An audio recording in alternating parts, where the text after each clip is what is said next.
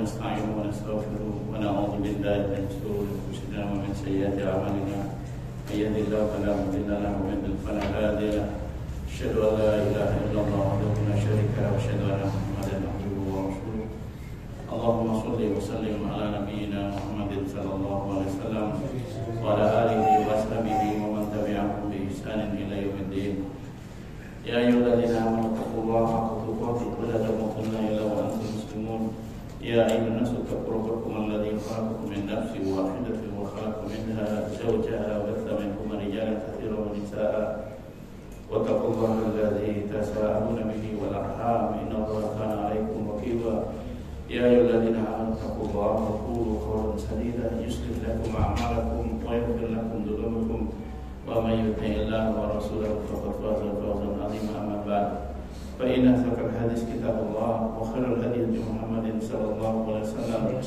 وشر الأمور محدثاتها وكل محدثة بدعة وكل بدعة ضلالة وكل ضلالة في النار. Ma'asyiral muslimin rahimani wa rahimakumullah jami'an. Kita sudah insyaallah akan meninggalkan bulan Sya'ban ini menuju bulan Ramadan dalam beberapa hari ke depan. Semoga oleh Allah kita diberikan yaitu panjang ketaubatannya, panjang ketaatannya, usia yang bermanfaat dan amal yang diterima di sisi Allah sampai kita menghadapi Ramadan dengan yaitu kebahagiaan, kesiapan dan ilmu yang kita pelajari dan juga yaitu kemampuan yang Allah berikan kepada kita menjaga kesehatan kita. Maka pentingnya untuk mulai sekarang memperhatikan kesehatan kita.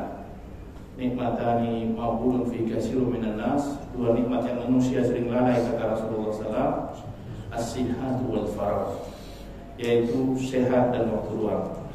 Maka sebaik-baik kita adalah hifdzus sihah kata Ibnu Qayyim al-Jauziyah Allah Ta'ala, menjaga kesehatan dengan yaitu apa-apa yang kita masukkan ke dalam tubuh kita yang terutama terkait tentang al-halal, kehalalannya makanan dan minuman ini lebih utama ya, dan harus sebagai seorang muslim daripada makanan yang bergizi tapi diharamkan di sisi Allah Azza wa Jalla. Ya. Dan kita sebagai seorang muslim pasti tahu ya apa-apa yang diharamkan. Ini membawa kesehatan. Yang kedua, makanan yang memang sehat menurut para tabib atau dokter ahli ilmu ya. Yang itu kita mulai sekarang untuk menjaganya, al-istishraq, dan membuang racun-racun dalam tubuh kita mulai sekarang untuk membersihkan diri kita bulan Ramadan, terutama biar kita tidak malas ketika Ramadan. Karena al-kaslu ini penyakit ya. Allahumma inni a'udzubika minal kasal. Ya kata Rasulullah SAW, aku berlindung ya Allah padamu dari penyakit malas. Malas beribadah yang paling ditakuti bagi seorang mukmin. Malas beribadah, baik ibadah mutlak maupun muqayyad, maqdum maupun ghairu maqdum. Dan ini kita pelajari.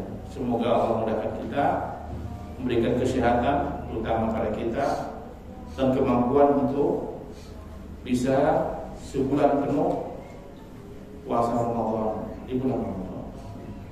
Banyak berdoa karena kita tidak tahu, mungkin sekarang lagi puasa olahraganya ya, tapi qadar Allah diuji dengan suatu penyakit apa yang lainnya sehingga kita tidak bisa puasa Ramadan.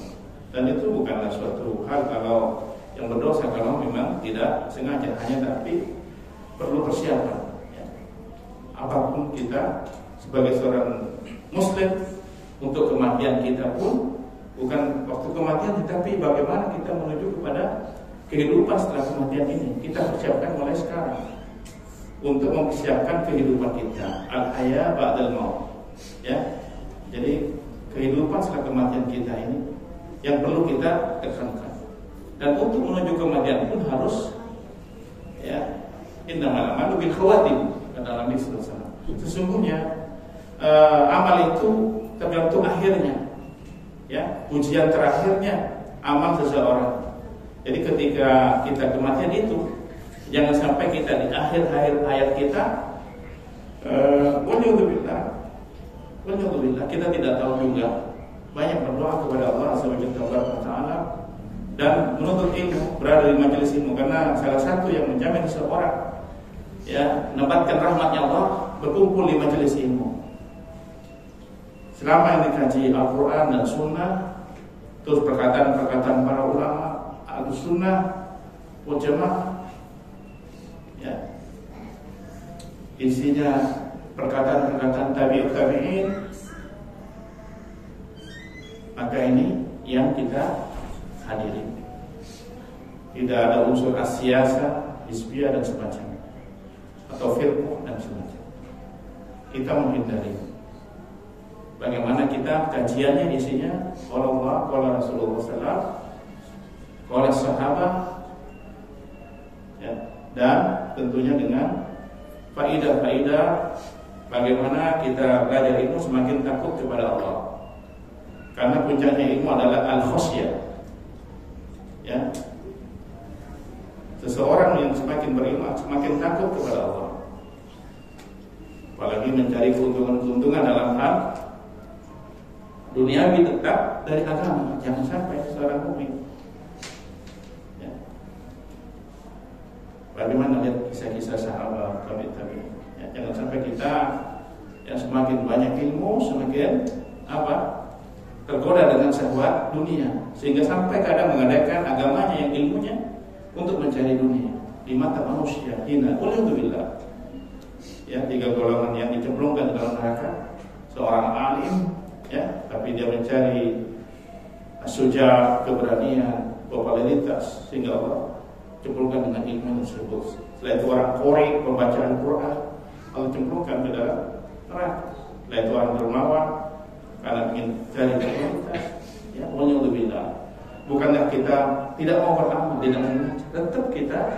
Hanya ini Rasulullah SAW memberikan gambaran bagaimana kita memang yang ikhlas. Karena hadis itu berada di bab ikhlas dalam kitab Riyadhus Shalihin, ya, terkait tentang bagaimana kita menata kolbu ini, hati ini. Karena ikhlas tempatnya di kolbu, ya, bersih dari kesyirikan besar maupun syirik kecil. Itu ikhlas maknanya, ya. Barakallahu fiikum. Masuk ke dalam Allah sampaikan kita kepada Allah yang ternyata senantiasa kita berada dalam ketaatannya, mengikuti Nabi sallallahu alaihi wasallam, wa sallallahu ala nabiyina al-Mustafa sallallahu alaihi wasallam. Subhanakallahumma wa bihamdika asyhadu an la